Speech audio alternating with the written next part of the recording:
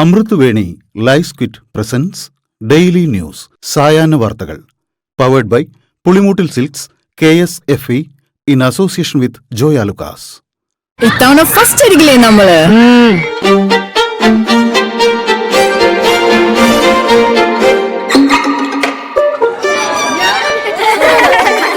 കുട്ടികൾക്കൊക്കെ പെയിൻ ശല്യം ഉണ്ടാകും. അതുകൊണ്ട് ലൈസ് കിറ്റ് ഉപയോഗിച്ച് ക്ലാസ്സിൽ വരാൻ പ്രത്യേകം ശ്രദ്ധിക്കണം. ലൈസ് കിറ്റ് ലൈസ് റിമൂവർ പെയിൻ ശല്യത്തിൽ നിന്നും ഉടനടി ആശ്വാസം.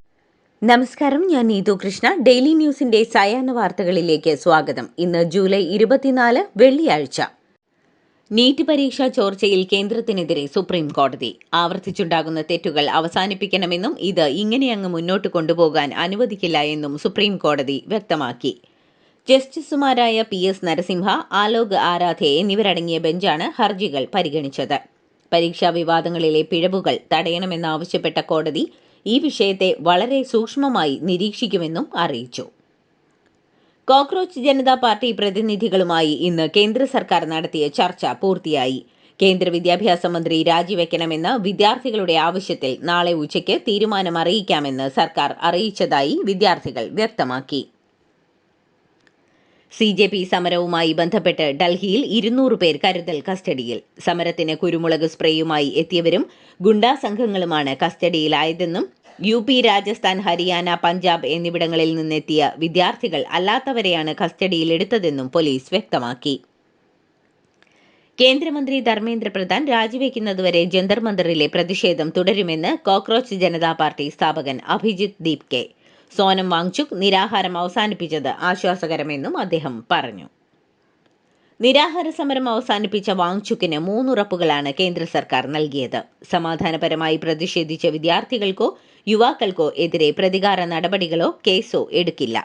പരീക്ഷാ ക്രമക്കേടുകളെ തുടർന്ന് മരിച്ച വിദ്യാർത്ഥികളുടെ കുടുംബാംഗങ്ങൾക്ക് ധനസഹായം നൽകുന്നത് സർക്കാർ അനുഭാവപൂർവ്വം പരിഗണിക്കും.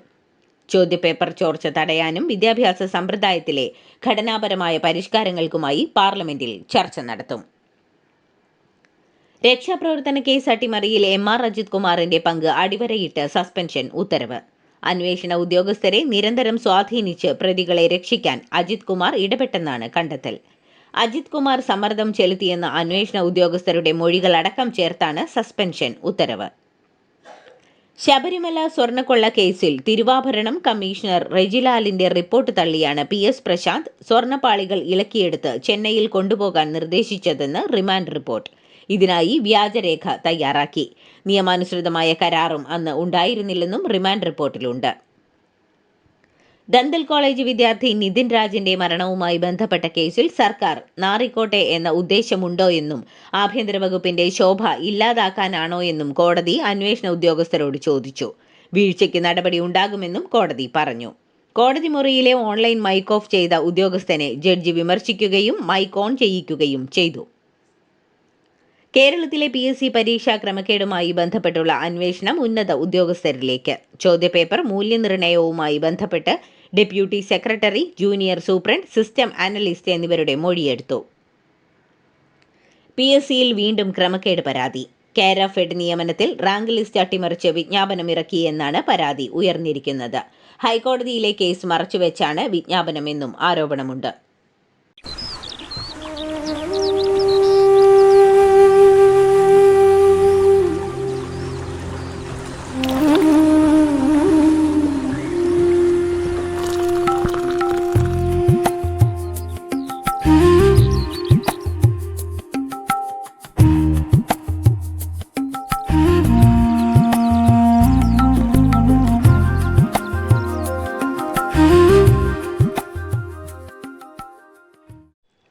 രക്ഷാപ്രവർത്തന അട്ടിമറി കേസിൽ സസ്പെൻഷനിലായ ADGP MR അജിത് കുമാർ നിയമ നടപടിക്കെന്ന് സൂചന. സസ്പെൻഷൻ ഉത്തരവ് ചോദ്യം ചെയ്ത് മുന്നോട്ടു പോകാനാണ് നീക്കം. സെൻട്രൽ അഡ്മിനിസ്ട്രേറ്റീവ് ട്രൈബ്യൂണലിനെ സമീപിച്ചേക്കും.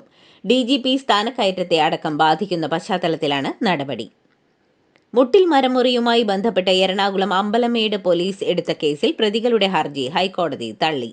കേസ് റദ്ദു ചെയ്യണമെന്ന് അഗസ്റ്റിൻ സഹോദരങ്ങൾ നൽകിയ ഹർജിയാണ് ഹൈക്കോടതി തള്ളിയത്. നീറ്റ് ചോദ്യപേപ്പർ ചോർച്ചയിൽ പ്രതികരണവുമായി ഉന്നത വിദ്യാഭ്യാസ മന്ത്രി റോജി M. ജോൺ. ചോദ്യപേപ്പർ ചോർച്ചയിൽ കേസ് എത്തി നിൽക്കുന്നത് BJP നേതാക്കളിലേക്കാണെന്നും ഡൽഹിയിലെത്തി സമരത്തിന് പിന്തുണ നൽകുമെന്നും മന്ത്രി വ്യക്തമാക്കി. യൂബർ ആപ്പ് പൂർണ്ണമായി ബഹിഷ്കരിക്കാൻ ഓൺലൈൻ ടാക്സി ഡ്രൈവേഴ്സിന്റെ തീരുമാനം. ഇന്നു മുതൽ മറ്റാപ്പുകൾ ഉപയോഗിച്ച് സർവീസുകൾ പുനരാരംഭിക്കും. ഇന്നലെ മാനേജ്മെന്റുമായി നടത്തിയ ചർച്ച പരാജയപ്പെട്ടതോടെയാണ് തീരുമാനം. പയ്യന്നൂരിലെ 1.5 വയസ്സുകാരന്റെ മരണവുമായി ബന്ധപ്പെട്ടുള്ള അന്വേഷണത്തിൽ മെല്ലെപ്പോക്കെന്ന് ബന്ധുക്കൾ. മുഖ്യമന്ത്രിയെ നേരിൽ കണ്ട് പരാതി നൽകുമെന്നും ഇടപെടൽ ആവശ്യപ്പെട്ട് രാജമോഹൻ ഉണ്ണിത്താന് പരാതി നൽകിയെന്നും കുടുംബം പറഞ്ഞു. കേരളത്തിലെ വിദ്യാർത്ഥികളുടെ പ്രശ്നങ്ങളിൽ ഇടപെടാൻ മുഖ്യമന്ത്രിക്കും സർക്കാരിനും സമയമില്ലെന്നും പകരം ഡൽഹിയിൽ പോയി പല കാര്യങ്ങളും വിളിച്ചു പറയുന്നുവെന്നും BJP സംസ്ഥാന അധ്യക്ഷൻ രാജീവ് ചന്ദ്രശേഖർ. മുഖ്യമന്ത്രി രാഹുൽ ഗാന്ധിയുടെയും CJPയുടെയും നാടകത്തിനൊപ്പം കൂട്ടുനിൽക്കുന്നുവെന്നും അദ്ദേഹം കുറ്റപ്പെടുത്തി. തിരൂരങ്ങാടിയിലെ വിവിധ ഹോട്ടലുകളിൽ ചിക്കൻ മന്തി എന്ന് തെറ്റിദ്ധരിപ്പിച്ച് മറ്റ് മൃഗക്കൊഴുപ്പുകൾ ചേർത്ത് പാചകം ചെയ്ത് വിൽപ്പന നടത്തുന്നതായി നഗരസഭാ എൻഫോഴ്സ്മെന്റ് സ്ക്വാഡിന്റെ മിന്നൽ പരിശോധനയിൽ കണ്ടെത്തി. കാസർഗോഡ് ചട്ടഞ്ചാൽ വ്യവസായ പാർക്കിലെ പ്ലാസ്റ്റിക് പൊടിക്കുന്ന ഫാക്ടറിയിൽ വൻ തീപിടുത്തം. പുലർച്ചെ 5:30യോടെയാണ് സംഭവം. ഫാക്ടറിയിലൂടെ കടന്നുപോകുന്ന ഗെയിൽ വാതക പൈപ്പ് ലൈനിന് തകരാറില്ല. വിദ്യാർത്ഥി സമരത്തെ പിന്തുണച്ച് റാപ്പർ വേടൻ കൊച്ചിയിൽ പങ്കെടുത്ത പരിപാടിക്കെതിരെ കേസ്. അനുമതിയില്ലാതെ പരിപാടി നടത്തി ഗതാഗത തടസ്സമുണ്ടാക്കിയതിനാണ് എറണാകുളം സൗത്ത് പോലീസ് കേസെടുത്തത്.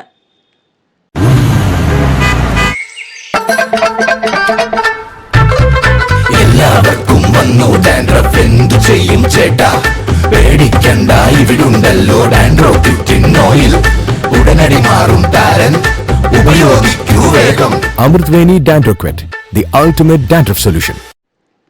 CJP സമരം ശക്തമായി തുടരുന്നതിനാൽ ഡൽഹിയിലെ 17 മെട്രോ സ്റ്റേഷനുകൾ ഇന്ന് രാവിലെ 7:30യോടെ അടച്ചു. സ്റ്റേഷനുകൾ തുറക്കണമെന്ന് ഇന്നലെ സുപ്രീം കോടതി നിർദ്ദേശിച്ചിരുന്നു.